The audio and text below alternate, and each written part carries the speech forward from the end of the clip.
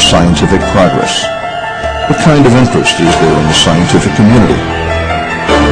It may come as a surprise to many that from the late 17th century until today, there have been many highly respected scientists who have been working to prove that immortality is a natural physical phenomenon, and its study is in fact a branch of physics.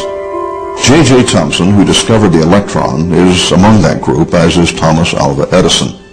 And one of the world's lesser-known but most prolific scientists and inventors, a man by the name of George Meek, gave up a highly profitable career and sold most of his businesses in order to pursue his quest for the possibility of a life hereafter. Long recognized as a brilliant American scientist and inventor with scores of industrial patents, George Meek, at age 60, retired and began 25 years of intensive research into life after death. He traveled the world to locate and to establish research projects with top medical doctors, psychiatrists, physicists, biochemists, ministers, priests, and rabbis. In 1987, he published the conclusions of his quarter-of-a-century research. For the first time in 8,000 years of recorded history, we can say with certainty that our mind, memory, personality, and soul will survive physical death. But if our soul survives, is there any research to tell us where it will be? Dr. R.C. Sproul thinks he may have an answer. When we talk about the whereness of heaven, I believe that it is a place, but it's a different kind of place. It's a place that crosses a dimension, a dimensional barrier, which in terms of our concept of dimensional space, it could be right here, it could be right next door, but into another realm, beyond, transcendentally beyond the three-dimensional type of reality that we experience normally. The Bible teaches that heaven is in the northernmost part of the universe. Isaiah talks about Lucifer leading a rebellion against God in the sides of the north. Job 26 talks about heaven, God making heaven and stretched it over an empty place. Scientists know there is a hole in the northernmost part of the universe. Perhaps heaven is just beyond that, about 21 billion light years away. But whether heaven is right next door or beyond our gaze someplace out there in the sky, we can be sure it's there. If, for example, it's been proven, as George Meek suggests, that we live on after physical death, the clear implication is that there must be a place, a geography for heaven. Could it be that we must become as a little child to find it? Dr. Melvin Morse, a leading world authority on dying children, described himself as an arrogant critical care physician with an emotional bias against anything spiritual. But that was before he began a series of scientifically based studies of dying children. He found that many others had already arrived at the conclusions he would soon come to. Good. So then that's what we'll do. Okay. All right. Thanks. You bet. When I review the medical literature, I think it points clearly to scientific evidence that something survives human death. This evidence includes case reports, reviews of the existing scientific literature, as well as direct experimental evidence, all causing a growing body of evidence in the scientific community, making it respectable to speculate that something survives human death. I think the message of the near-death experience is that there is something there other than our physical reality. There is a spiritual realm. I also think that there's the message of God. There is a God there. It's similar to the general revelation that we see in the first chapter of Romans that Paul wrote in the New Testament, that the law of God is written on the hearts of all men. And I think that the near-death experience is bringing that to the person's awareness at the time they're in the process of dying. Some people have come to me with a question, isn't there some middle ground between skeptics and believers in certain religions about this issue of heaven, or hell for that matter? My point of view is there is absolutely no middle ground. Either heaven exists or it doesn't exist. The important thing is to find out, if it does exist, what is necessary, what's involved, and what authority do you use to know that it exists. When you go to the Bible and you look at the 668 historical prophecies all shown to be true, that gives you some confidence that any future activities, such as life after death and heaven, would also be true.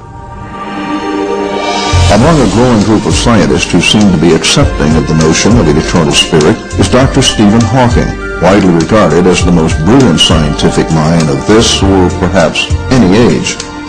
In what many regard as a complete turnabout, Dr. Hawking, in his book The Theory of Everything, The Origin and the Fate of the Universe, writes, "It would be very difficult to explain why the universe should have begun in just this way, except as the act of a God who intended to create beings like us. The whole history of the universe can be said to be the work of God. However, if we do discover a complete theory, it should, in time, be understandable by everyone, not just a few scientists. If we find the answer to that, it would be the ultimate triumph of human reason, for then we would know the mind of God."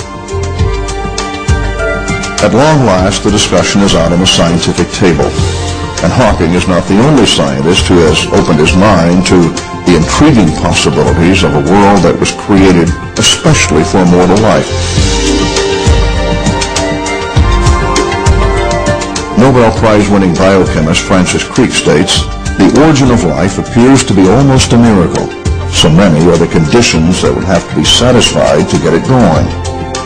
The internationally renowned physicist Paul Davies concedes that it is in the fundamental constants of nature that we find the most surprising evidence for a grand design.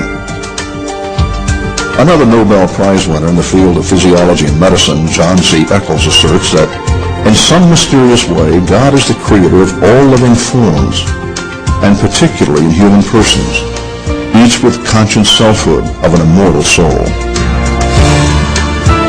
And astronomer Owen Gingerich states flatly that, "Just as I believe the book of Scripture illuminates the path to God, so I believe the book of nature, with its astonishing details, a blade of grass, or the resonant levels of the carbon atom, also suggest a God of purpose, a God of design."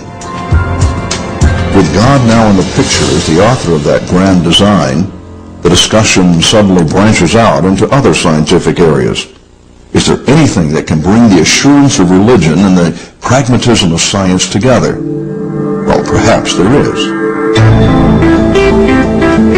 In his new book, Dr. T. Lee Bauman suggests the unifying concept may be light. In my research, I have tried to look closely at the latest information on near-death experiences, at the latest thinking in quantum physics, at new interpretations of information from the Bible, as well as the mysterious, fascinating nature of light. Other researchers, notably Drs. Moody and Morse, have found light to be the keynote event, the element that always leads to a transformation in their lives. But the question is, why light? Why not darkness? Physiologically, isn't death a descent into darkness? Yet Daniel Brinkley and almost all others who have experienced near death see light. Why? The fact is, there is no rational medical explanation for this occurrence. Einstein, however, showed us in the flow of light the corollary of the eternal now. Today, more scientists are recognizing the significance of the electromagnetic radiation that pervades our daily lives, including light. Incredibly, physicists have performed experiments that even suggest light is conscious. That is to say, in these experiments, light appears to be capable of making decisions. If a relationship possibly exists between light and a supreme being, perhaps it manifests in ways that have already been revealed to those who over the centuries have been believers in God. Scripture abounds with references that are especially meaningful in this new context. In Psalms 104 we read, "O Lord my God, thou art very great. Thou art clothed with honor and majesty, who coverest thyself with light as with a garment." John chapter 8 verse 12 says,